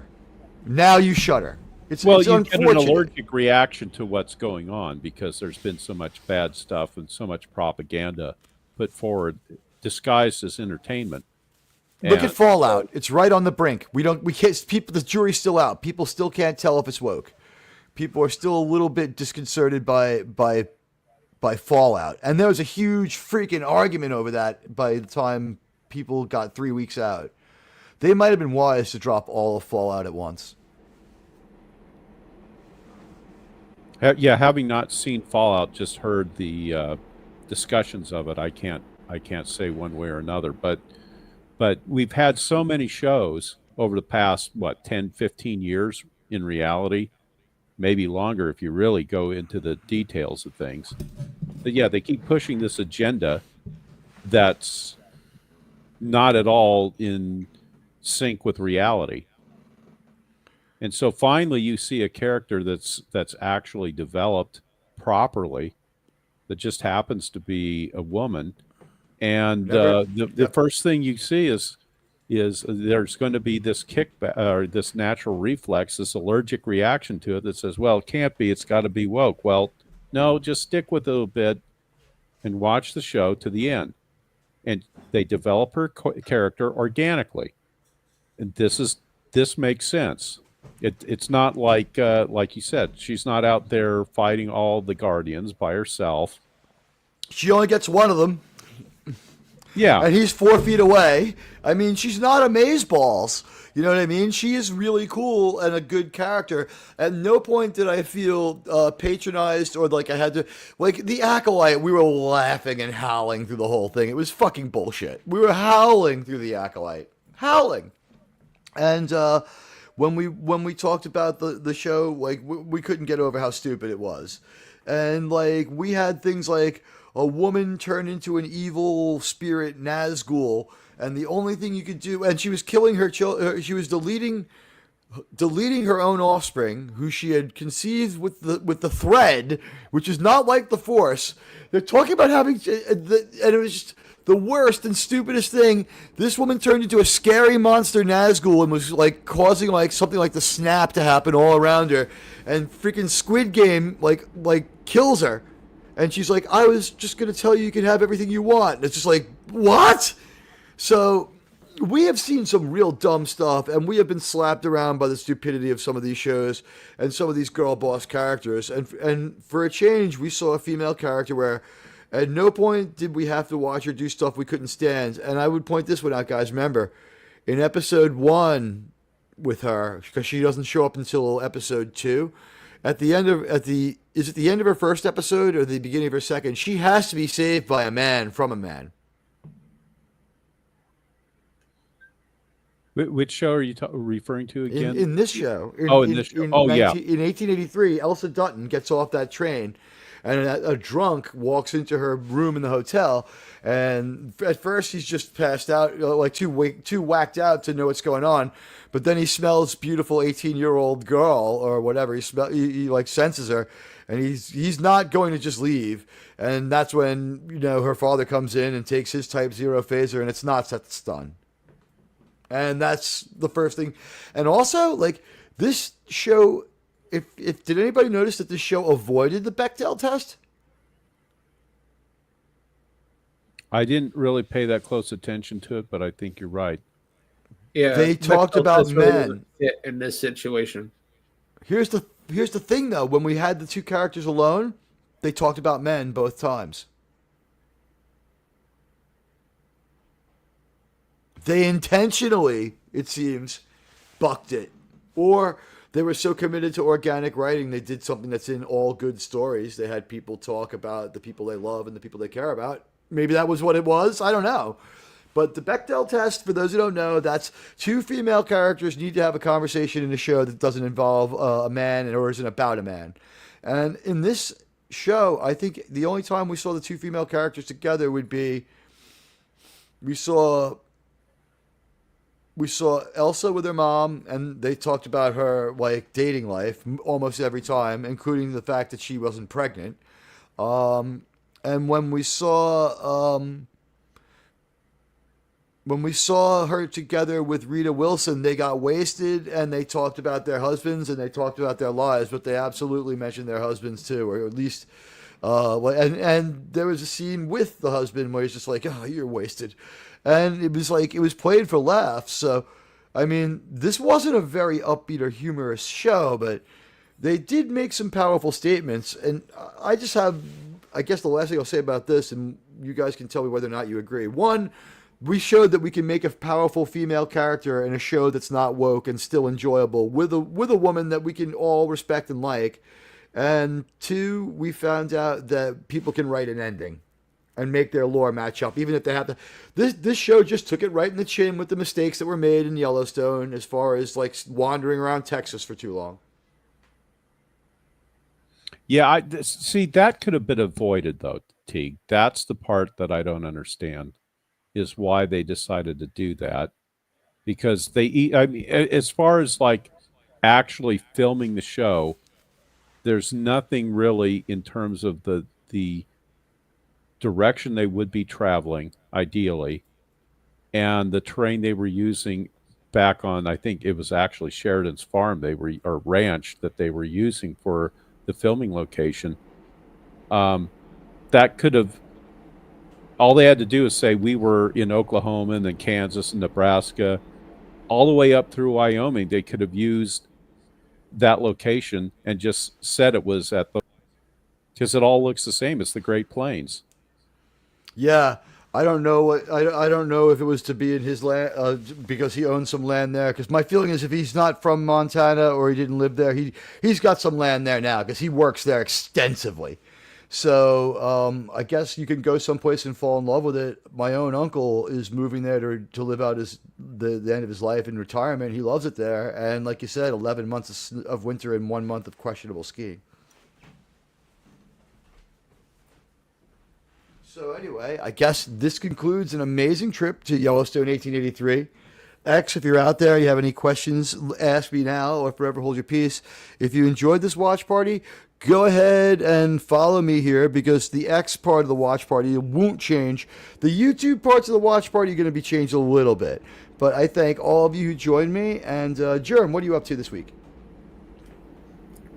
This Wednesday, have a Dark Matter watch party with Sci-Fi Sis Dan, and Saturday morning we'll have Skeleton Warriors for Saturday morning cartoons.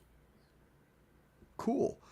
And Radioactive can be caught back here or slowly half-lifing, in his own place. Radioactive, what are you up to this week? Anything cool going on? I wish. Some Helldivers too, perhaps. Probably some Helldivers too, yeah, amongst other things. We'll be beaming Radioactive back soon. Tomorrow, I've got Fletcher Williams. Come on by. We'll have a good time. I love you all. I hope you enjoyed Yellowstone. And 1883 has been a fun time. If you want, sub my second channel. We're going to be using that to lay off some of the damage on YouTube while our YouTube overlords sort of work these things out. And with that, I'm going to say goodbye to you now. And, hey, we'll look for a Yellowstone video soon. On probably the next one will be Spencer and Alexandra. Anyway, we'll see you all later.